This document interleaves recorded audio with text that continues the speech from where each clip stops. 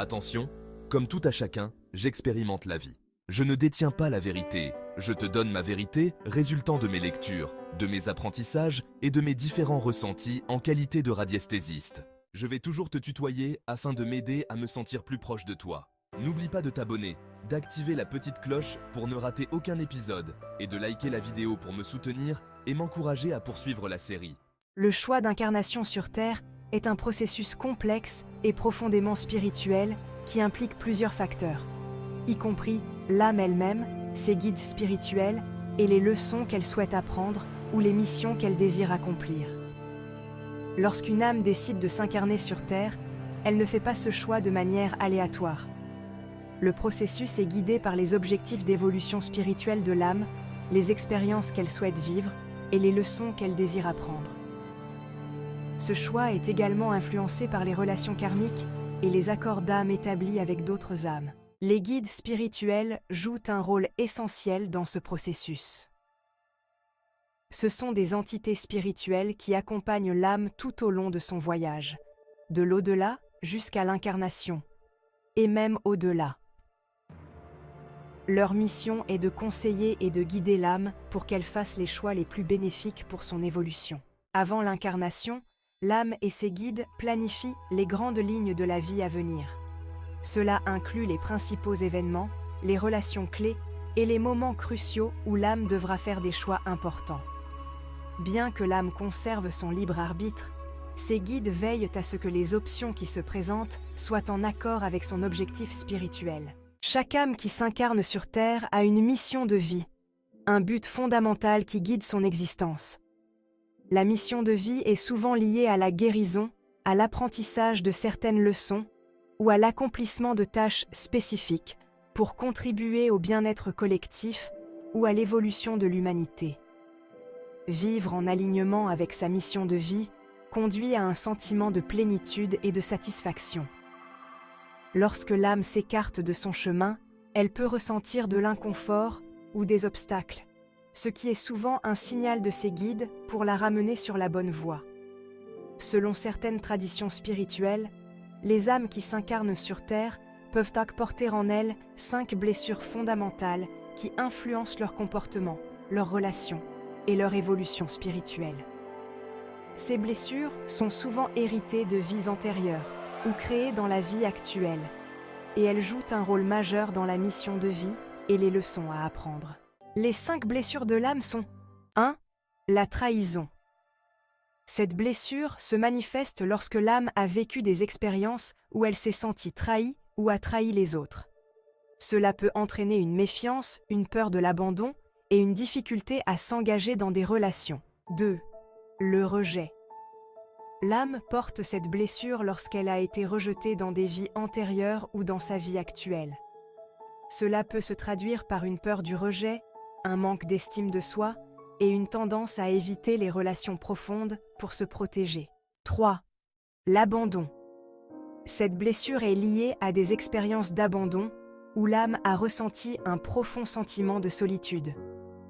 Les personnes avec cette blessure peuvent avoir des difficultés à être seules ou à faire confiance aux autres. 4. L'humiliation. L'âme qui a vécu des situations d'humiliation peut porter cette blessure, ce qui se manifeste par une peur de l'humiliation, un besoin de contrôler son image, et parfois une difficulté à accepter la vulnérabilité. 5.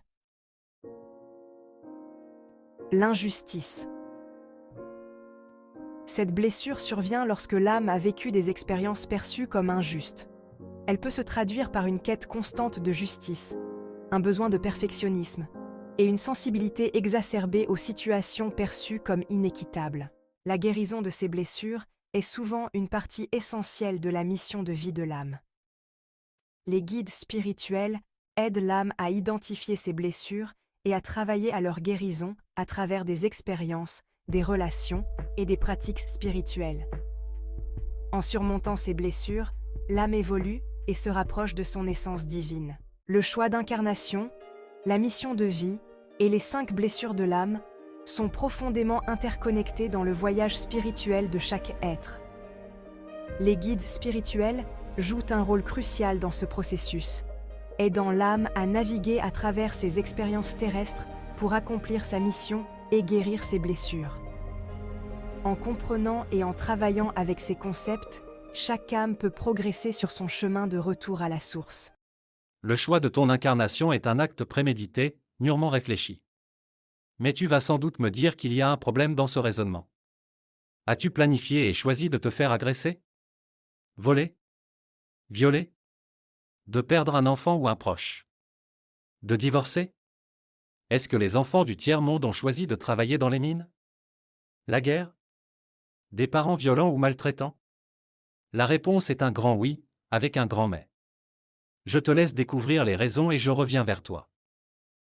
Durant la période de réflexion des choix de vie, tu choisis les événements positifs de ta vie, mais également les grandes lignes d'expériences négatives.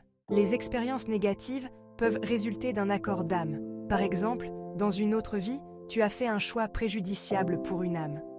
Dans cette nouvelle vie, tu as décidé d'expérimenter la souffrance ou la blessure que tu as infligée. Si tu as volé, tu seras volé. Si tu as causé la perte d'un enfant, tu perdras un enfant. C'est ce qu'on peut appeler le karma, bien que le karma ne soit pas uniquement qu'un simple retour à l'envoyeur. Nous le verrons prochainement.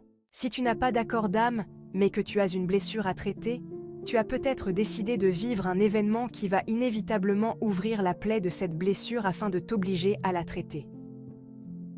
Dans de rares cas, il peut aussi s'agir d'un événement que tu as provoqué, en vertu de ton libre arbitre. Ce n'était pas prévu, tu as simplement fait un mauvais choix car tu ne t'es pas écouté ou tu n'as pas suivi les signes de ton guide. Cela arrive rarement, car nous avons tous tendance à écouter ce qu'on appelle notre instinct. On agit instinctivement et rarement dans notre désintérêt.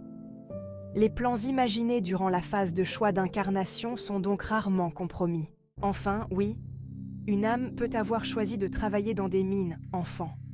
Elle a peut-être expérimenté la vie occidentale plusieurs fois et préfère une vie de travail et de dur labeur. Une âme peut choisir de devenir sans domicile fixe pour expérimenter la perte extrême et la pauvreté. Une âme peut choisir d'expérimenter la perte d'un enfant pour travailler sur le détachement à travers le deuil. Le suicide est également un choix que tu as pu faire. Tu as pu décider de te sacrifier pour permettre à d'autres âmes d'expérimenter. C'est donc un accord d'âme. Mais attention, parfois, certains suicides résultent aussi d'un choix de libre arbitre. Personne n'est parfait, et tu as pu décider de t'organiser une vie trop complexe et trop riche en événements lourds. Pour toutes ces raisons, tous ces événements sont des choix mûrement réfléchis. Le grand « mais » vient en effet pondérer les choses, en ce sens où tu as pu aussi subir les conséquences de tes choix imprévisibles, non organisés dans les cieux. Dis-moi en commentaire les événements de ta vie que tu penses avoir programmés pour ton apprentissage, et aussi, quelles blessures tu penses gérer dans ta vie. Cet épisode est terminé. Au prochain épisode, nous allons parler du karma. C'était Ludovic pour www.enigmaticpainting.com.